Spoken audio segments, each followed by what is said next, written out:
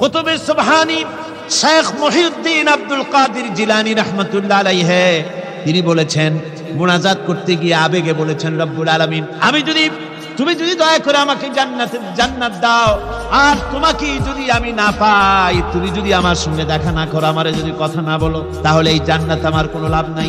আর আমাকে যদি জাহান্নাম দিয়ে দাও, আর মাঝে মধ্যে তুমি যদি জিজ্ঞাসা করো মহিউদ্দিন কেমন আছো, তাহলে এই জাহান্নাম আমার জন্য বেহেশত হয়ে যাবে। আয় আল্লাহ, আমি শুধু তোমারই চাই। আল্লাহর নবী বললেন, মহিলা তুমি অপরাধ করেছো, কিন্তু তোমার গর্ভস্থিত সন্তান তো কোনো অপরাধ করে নাই, সুতরাং তোমার উপরে শরীয়তের হদ জারি করা যাবে না, ডেলিভারি হোক, তারপরে বিচার হবে। মহিলা চলে গেল আফসোস করতে করতে যে আমার বিচার হলো না, যদি এর মধ্যে আমি মরে যাই তাহলে জেনা করেছি, দুনিয়ার শাস্তি তো সহজ, পাথর মেরে উড়িয়ে দেবে, সঙ্গে সার করবে, এটা তো সহজ, কিন্তু কিয়ামতের ওই কঠিন জাহান্নামের আগুনে জ্বলতে পারবো না। মহিলাটি সন্তান ডেলিভারির পরে মহিলা চলে এসেছে রাসূলের কাছে, হুজুর এই সে আমার বাচ্চা ডেলিভারি হয়েছে, আপনি মেহেরবানি করে আমার উপরে হদ জারি করেন, শাস্তি দেন। আল্লাহ নবী বলেন, মহিলা তুমি অপরাধ করেছো, কিন্তু তোমার সন্তানের হক আছে, তোমার বুকের দুধ 2.5 বছর পর্যন্ত সে পান করবে, আমি তার হক নষ্ট করতে পারি না।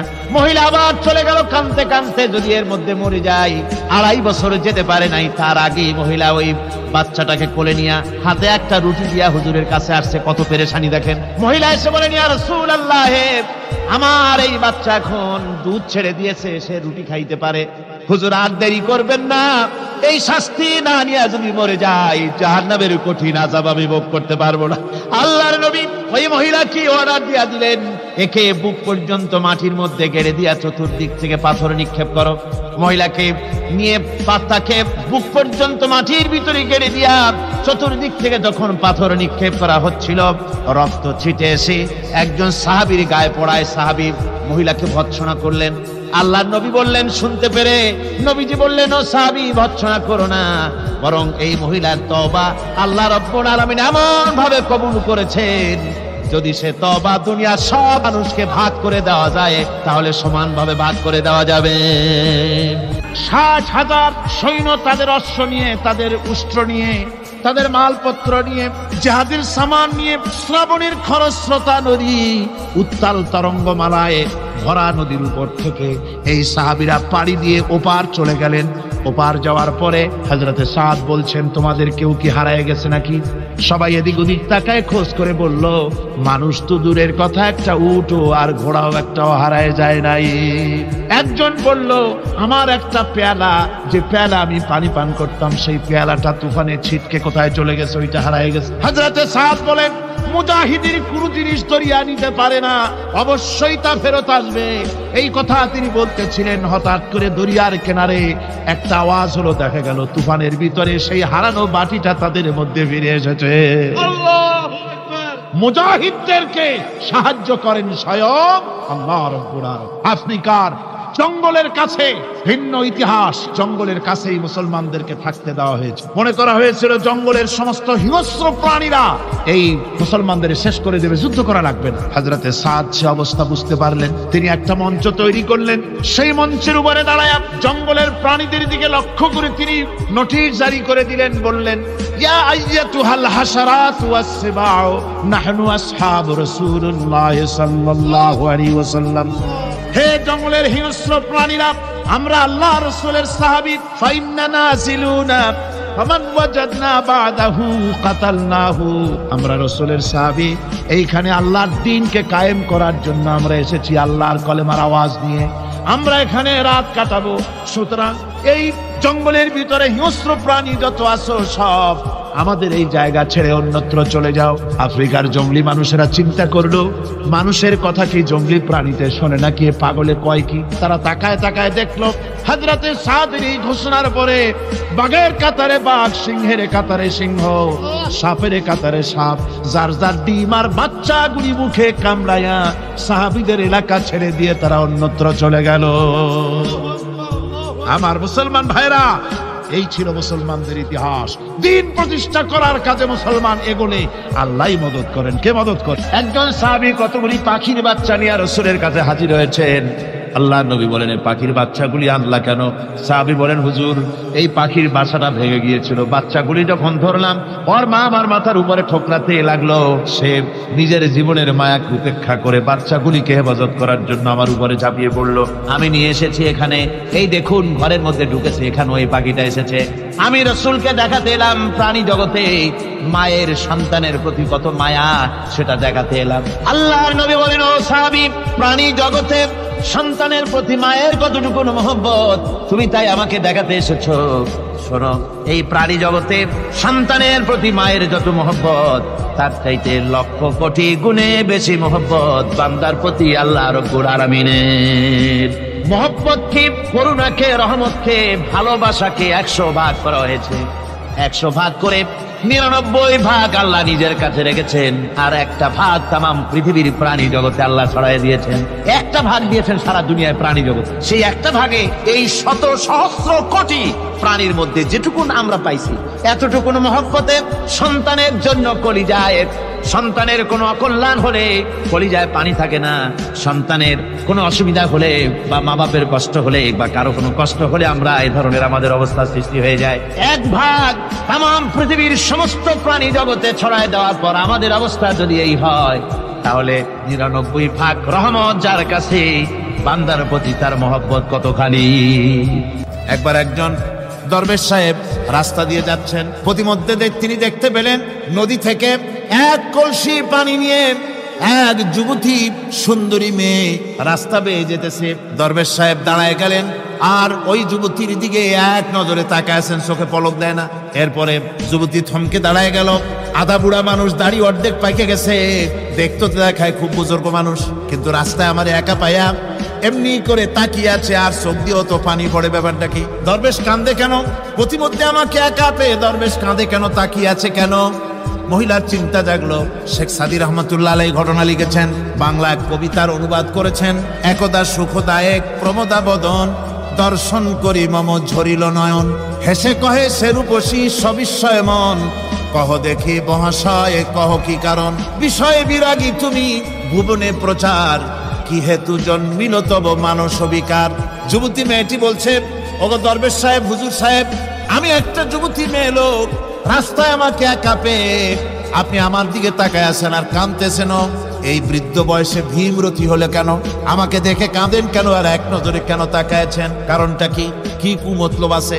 দরবেশ সাহেব বলছেন, হেসে কহিলাম বালে করহ শ্রবণ, নেত্র ঝরে তবু হেতু ভেব না এমন। হে রূপসী মেয়ে, তোমার জন্য আমি কান্দি, একথা একবারও চিন্তা করো না। যে শিল্পী রচিল ওই সুধাংশু বদন, তাহার তরে ঝরে নেত্র নয়নে জীবন। তোমার প্রেম পাওয়ার জন্য তোমাকে দেখে লোবাতুর এবং কামুক হয়ে তোমার দিকে তাকায় কান্দি, একবারও ভেব না। আল্লাহর কসম আমি কাঁদতেছি, তোমার এত সুন্দর স্বাস্থ্য আর চেহারা যে আল্লাহ রাব্বুল আলামিন বানায় দিলেন, না জানি সেই আল্লাহ কত সুন্দর। মুনাফাব, তুমি কাকে ভয় দেখাতেছ? তোমার তরবারি এই সমাজের কিছু কাফেরেরা ভয় করতে পারে, তুমি কি আমারে চেনো নাকি? তুমি কারে ভয় দেখাও?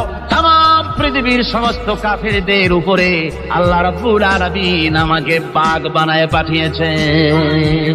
তরবারি দিয়ে প্রমাণ হবে। মুনাফাব বলে তুমি আঘাত করো, কয় না, আক্রান্ত হলে পরে তারপরই জবাব দেব। এরপরে মুরাকাব আঘাত হানতে লাগলো।